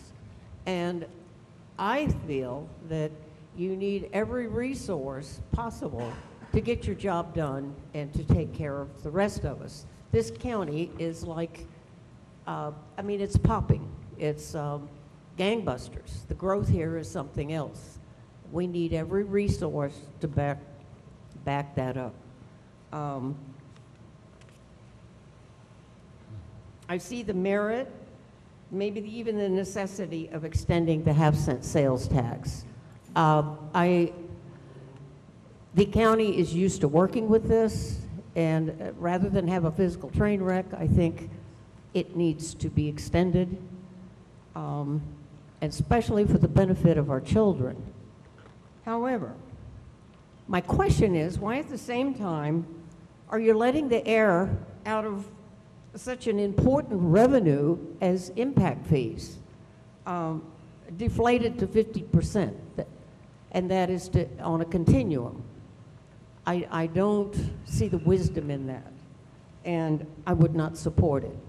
So I think good idea would be I don't know how simple it is, just to have a clean referendum for the sales tax, and I think you can see that through. As far as the impact fees, that needs a lot of work, and impact fees are a reality here in Florida. We have new growth. We have to support that new growth. And now Manatee County is faced with having to redo older areas. So they got their hands full, and we need every resource we can get. And I firmly feel that we need to reinstate the impact fees to where they were. Thank you. Ma'am, just to correct you, the impact fees that you're speaking of is the school board, not the county. Thank you. Good afternoon. My name is Lori Gale, and I'm a citizen of Manatee County. I would like to thank you, first of all, for having this meeting today. I think Mr. Goss's idea of having an oversight committee once the funds are gathered together is a supreme idea. Having a list set down of things that need to be taken care of is also an excellent idea. I have issue with some of my fellow speakers who think that impact fees are going to cure everything. They are not. I have been learning oceans over the last couple of months. I learned the other day that of the homes sold in Manatee County, only 10% had impact fees on them. The other 90% were resales that had no impact fees. That's your condos, your single-family, little dirty home like I've lived in for 40 years. They don't pay an impact fee. That is money that is being lost because we should have a fee on those houses changing hands. There's a revenue stream that we could be gaining some funding from. In Manatee, in the state of Florida, we have 68 counties. 43 have higher taxes than Manatee County. It would not hurt us to step up a whole percent to 7%. Fund what needs to be funded, do the maintenance we need to do. It would bring us in line with our fellow counties in the state. It would help us keep our county nice. People are not going to move somewhere that has ugly roads, that's going to have poor schools, that's not going to have sufficient bridges, nice parks. People want to move to a nice place. If we're going to collect impact fees on those new homes, we have to have a nice place. We need maintenance to do that. Nice things cost money. We need to come together. I realize that the school board has had issues in the past, but Ms. Carpenter has assured us that they have cleaned house. We're going to put that behind us and move forward. Dr. Green spoke the other day at the Tiger Bay Club. She made some very factual, interesting points regarding what can be paid for and where we're going and what money we need. I wish she would have spoken about that today. I think it would give a clearer picture to everybody who's going to watch this tonight on TV and read about it in the paper. Thank you. Thank you.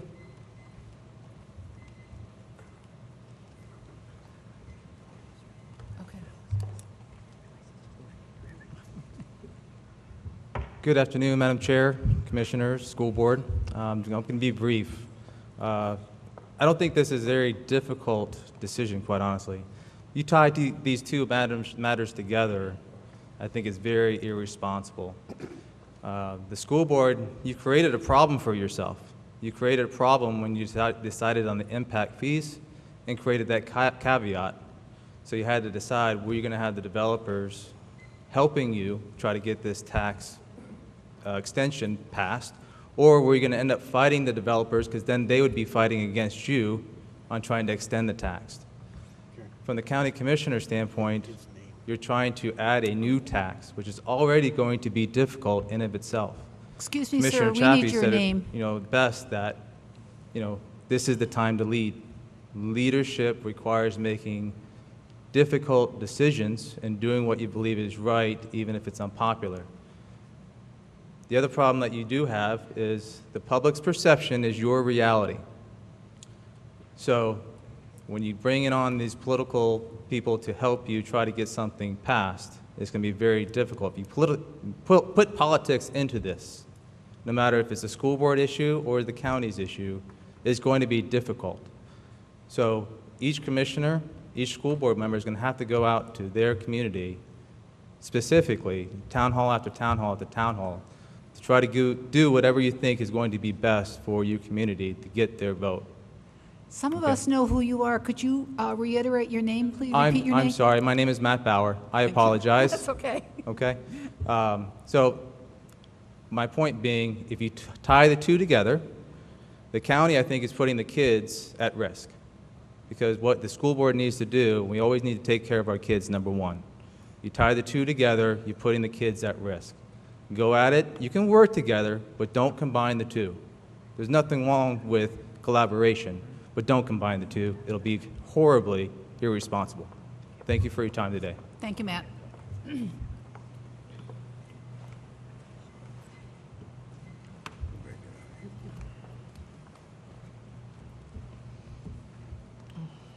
Good afternoon, Xavier Bailey, Madam Chairs.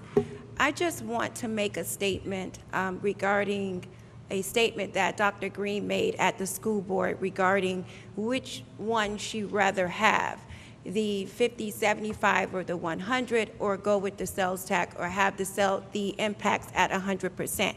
My understanding that the impact fees will be 50% for 1 year, 75 for 1 year, and then 100% for the next year, and then we'll be at 100%. Dr. Green made a presentation showing how many projects will be paid for with impact fees. As I understand, a new high school in Parrish, which my voters, my constituents who I've reached out to, they don't care what's going to be on the ballot. They want that high school. If we wait for impact fees, we will not have a high school, not in the next year, not in the next 2 years.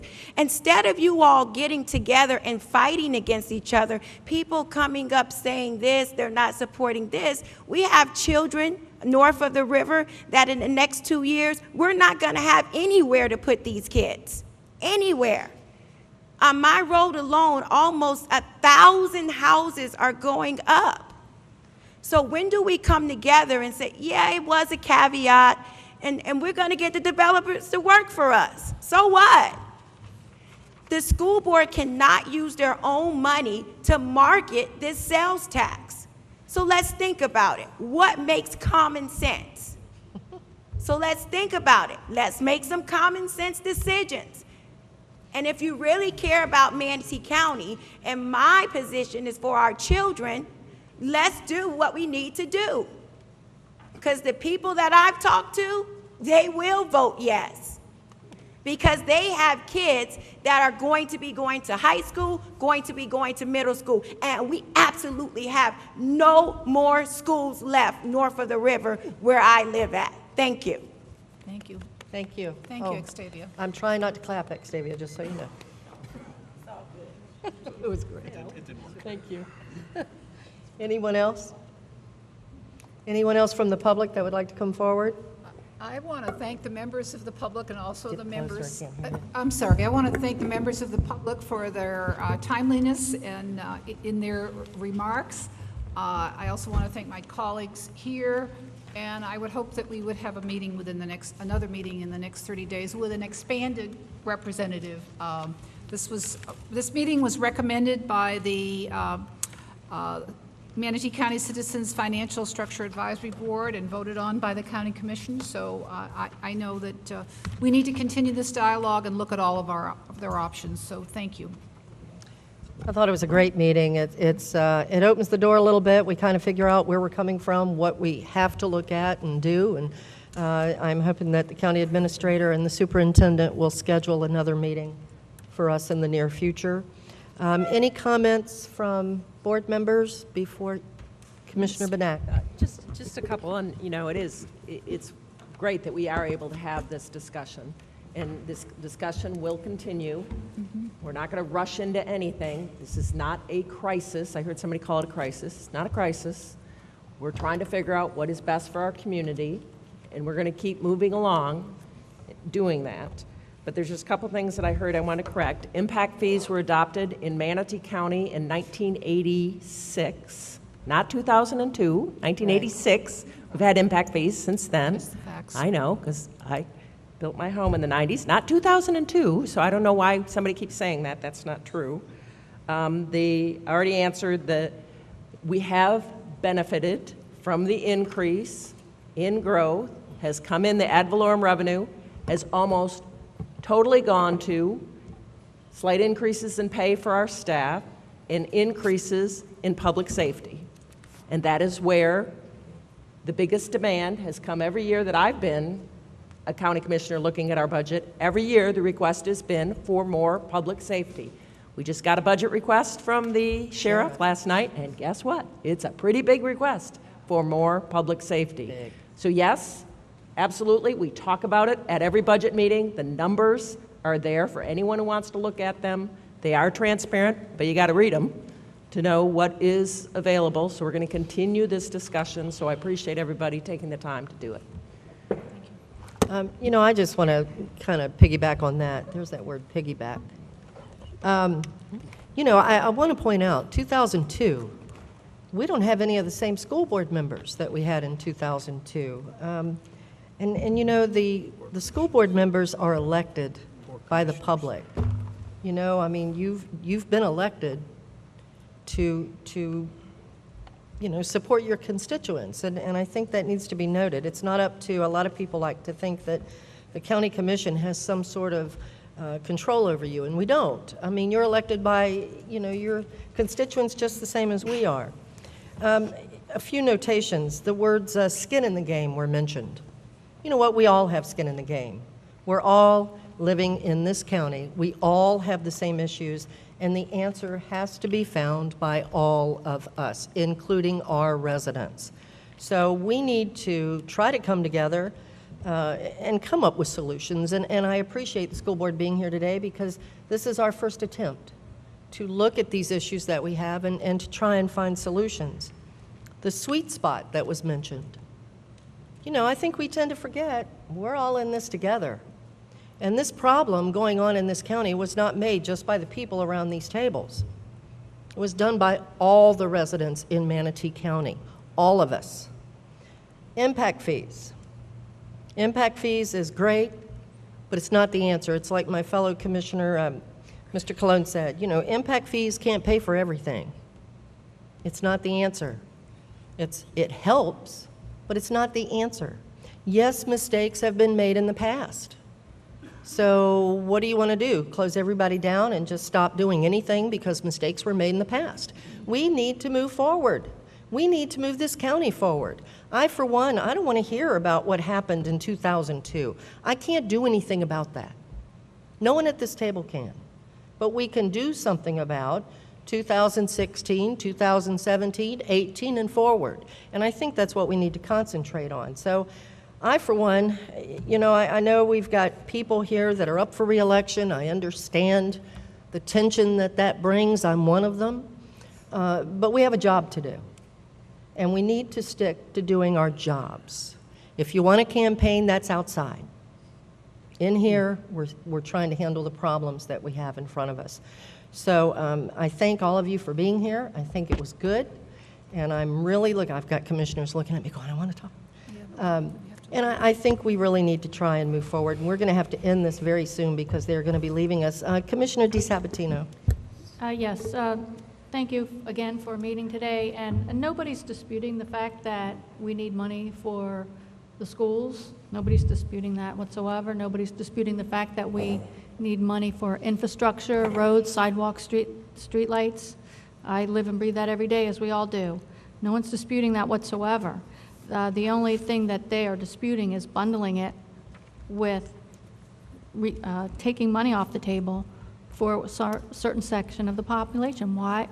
I just can't get my head around how that is even related. How did it even come about? Because you're afraid that the builders aren't going to support it, but you've all said the builders don't pay for the fees. It's the homeowners. And I asked the homeowners, and they're willing to pay their fair share of the impact fees, especially out east, knowing their kids are going to go to a great school and have great teachers. So there's no question about it. So why would you give up money off the table from one pot of money and upset the balance for the other part, because you're going to have to make up the difference somehow. So I just really would ask the school board to go back and discuss this some more. That's what the people don't understand. They don't understand how in the world this ever got bundled together. Thank you. Commissioner Smith. Thank you, Madam Chair. I'm just going to put this on the table. I know we're not going to do any motions here, but for your leadership at the next meeting, I'll be bringing it up as soon as possible so we can get the other local government agencies, the city of Braden and Palmetto, to the table with a joint meeting. I see some of the elected officials in the audience so we can see what their position is on the referendum and see do we have some type of partnership. And hopefully the next meeting we can schedule something so we can get them to the table as soon as possible. Thank you, Madam Chair. You're Both welcome. chairs, thank you very much. All right, we've just got a couple of minutes. Mr. Minor. Thank you, Madam Chair. I don't think anybody around this table believes or even suggests that impact fees are the answer, but it is one of the answers.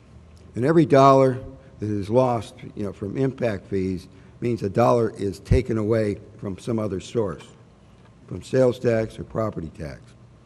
And that's the concern, that dollars that otherwise might come from sales tax to help Title I schools are not available because there wasn't sufficient impact fees to fund that growth. Our district taxpayers paid over $48,000 to Teichler Bias to have not what we need now, but what, based upon careful studies, indicated we need for the future. 100%. The board didn't ask for a 50% basis. It asked for what is necessary for that growth, expected growth.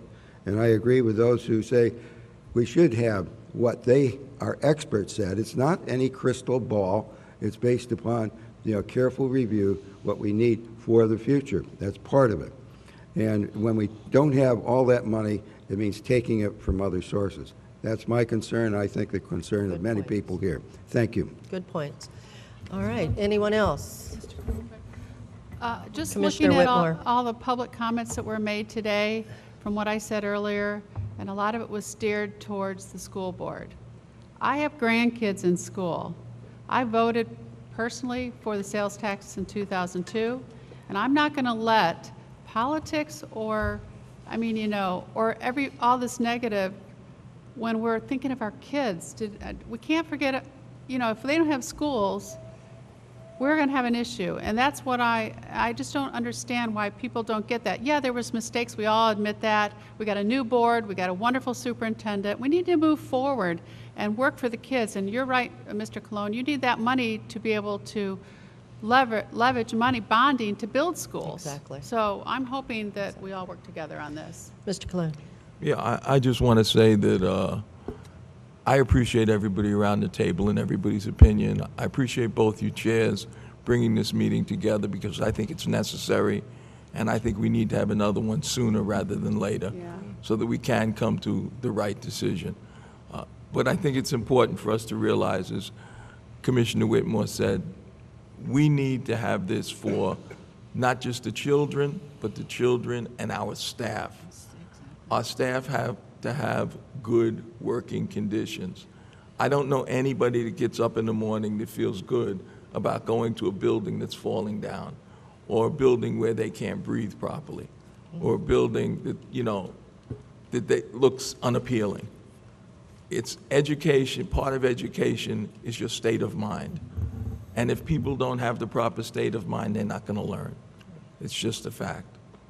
And, yes, I'm glad you mentioned public safety as well, because the sheriff's budget calls for 90 new officers, which we need desperately here in Manatee County. And I don't think anybody should forget that. Am I wrong? I hope. You hope I'm wrong. Okay. Well, be that as it may, it's very important that we have the proper level of public safety here.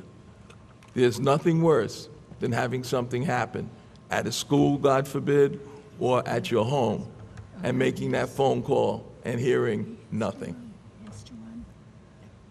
We need to support our officers. We need to support our schools. To me, these are the two most important things. Thank you. Mr. Bussell, Commissioner Bussell, you haven't spoken all day. Is there anything you'd like to add, sir? All right. All right. The On that meeting note, is thanks everyone for being together. here. The Larry gets meeting the best is comment of the day. adjourned. Mr. Bussell. All right, hold on. Thank you. Thank you.